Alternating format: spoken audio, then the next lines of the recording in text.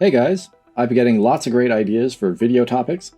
There's a whole lot of requests that I've got that are pretty interesting, but they're just not really complicated, or they're maybe just a little bit too straightforward to make an entire video about them. So I decided to cram a bunch of quick ones into one video as a bit of a lightning round. Starting off, if you suddenly found yourself asking, where did the term lightning round come from? The earliest use I could find was from the 1960s game show Password. Players had to help their partner guess a secret password by giving one-word clues. During the lightning round, they tried to guess as many words as possible in 1 minute. The general idea spread to other game shows, and now can just mean anytime you need to do a bunch of something as quickly as possible. Some people wanted to know what the origin of the term game over was.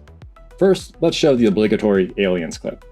Man, game over, man. It's game over. So this one is pretty straightforward. It's a message you get when your game is over. The first video game to actually display the phrase, game over, when the player lost is widely considered to be Space Invaders, released in 1978. But the phrase is actually a little bit older.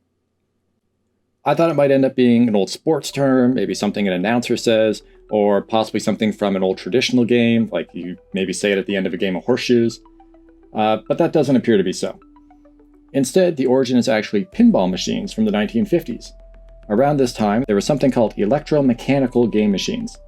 These machines used a combination of electric lights and sensors with mechanical parts, but no computer or video elements. They would sometimes have a sign reading "Game Over" that lit up when your game was finished. It eventually made the jump to arcade games, and we've been using it ever since, although we have seen some variation over the years. Snake, are you okay? Snake?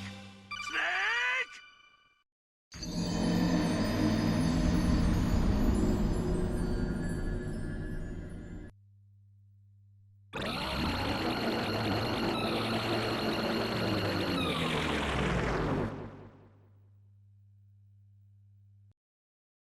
Jan Bordeaux is curious about the word arcade. I remember reading a book when I was young that was set in ancient Rome and being confused when one of the characters mentioned returning from an arcade. Jan Bordeaux is correct about it being an architectural term. Arcade originally referred to a series of arches held up by columns. This mostly remained an architectural word until the late 1700s, when shopping arcades began popping up in France, a place where multiple shops would operate under a closed roof, not unlike a modern-day shopping mall. The idea was popular and spread across the rest of the world. Over the next century, arcades became a place to gather socially. Over time, people started associating the word arcade less with columns and arches, and more with the idea of a fun indoor space. By the late 19th and early 20th centuries, penny arcades emerged. Not to be confused with the popular webcomic, these offered mechanical games and amusements for a small fee. When video games became commercially viable in the 1970s, these venues naturally evolved into video arcades, continuing the tradition of providing a variety of entertainment under one roof.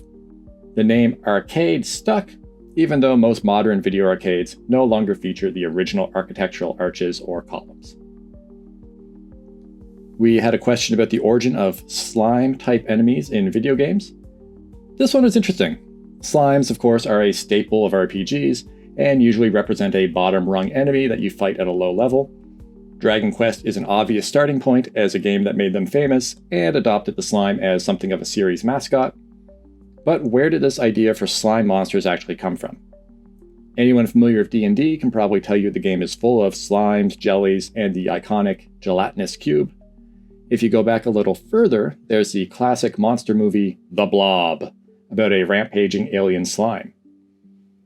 I assume that there must be some sort of mythological creature that started all the slime stuff, but most mythologies seem to be free of purely slime-based creatures.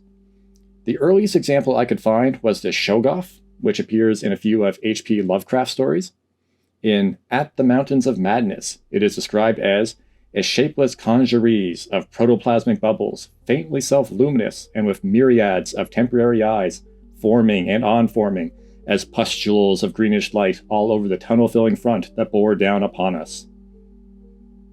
So what's the first video game that features a slime-type enemy? It looks like it's Wizardry, Proving Grounds of the Mad Overlord, which featured enemies called bubbly slimes. few people asked where the word bonus comes from. Bonus comes from Latin and has meant extra for centuries, usually in a financial sense, the way we still talk about getting a Christmas bonus or a signing bonus. The earliest known use of the word bonus to refer specifically to extra points in a game appears to be in something called Contract Bridge, which has awarded bonus points for certain achievements since at least the early 20th century. These are explicitly referred to as bonus points in the official scoring terminology. Yahtzee, first published in 1956, also uses the term bonus for extra points. The word bonus has been used in pinball games for decades. In pinball terminology, a bonus, often called an end-of-ball bonus, refers to additional points awarded when the ball leaves the playfield. Rally X in 1980 is credited with introducing the bonus stage concept, where players could earn extra points. And then the term bonus became a standard feature in subsequent arcades games such as Donkey Kong in 1981. Ben Holmes Brown asks, where and when did character customization, aesthetic, or stat modifiers appear in video games? If we're talking about stats, the answer is that it happened pretty much immediately. Some of the earliest computer games were based on Dungeons & Dragons, and they tended to adapt its character creation options.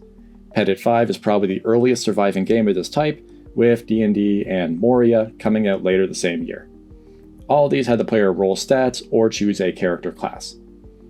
Aesthetic customization is a little trickier. The first game that jumped into my head was the classic Mixed Up Mother Goose in 1987. It was a fun children's game that let you choose from a small list of characters when you started a new game. Then I remembered Barbie on the Commodore 64. My sister used to play this one when I was a kid, and the whole game was basically customizing the character's appearance before going on a date. We always seem to mess it up and end up with Barbie wearing like a swimsuit to a fancy restaurant or like a ball gown to the beach. So maybe a better example is the Black Onyx from 1984, which had a surprising range of customization for such an old game. Most RPGs from any earlier tend to be in the first person with no avatar, or they use a generic placeholder no matter what your character is. As usual, I suspect someone in the comments is going to come up with something a little earlier, and I bet it's going to be weird, like an old racing game where you could pick the color of your car. But this one was the earliest example I could find that really let you change up how a character looks. As a final question, a surprisingly high amount of people have been asking me where I'm from, or trying to guess at my accent.